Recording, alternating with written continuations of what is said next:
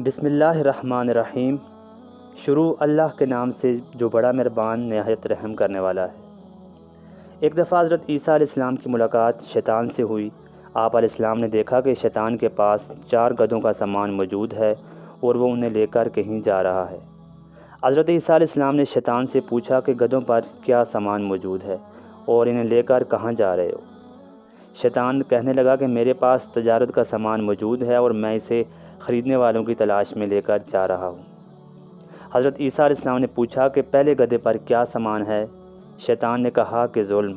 تو آپ علیہ السلام نے پوچھا کہ اسے کون خریدے گا؟ شیطان نے کہا کہ اسے بادشاہ خریدے گا۔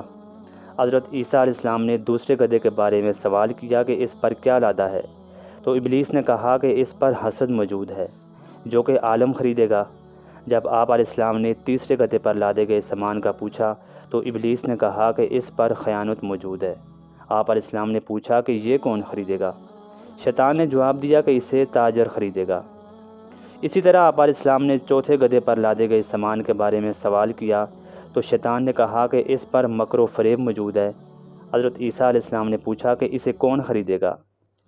شیطان نے جواب دیا کہ مکر و فریب عورتوں کے لیے ہے اور یہ عورتیں ہی خریدیں گی۔ اللہ سے دعا ہے کہ وہ ہم سب کی شیطان کے اس مال سے حفاظت فرمائے۔ مزید ویڈیو کے لیے اس چینل کو سبسکرائب کریں۔ اللہ تعالی ہم سب کا حامی و ناصر ہو۔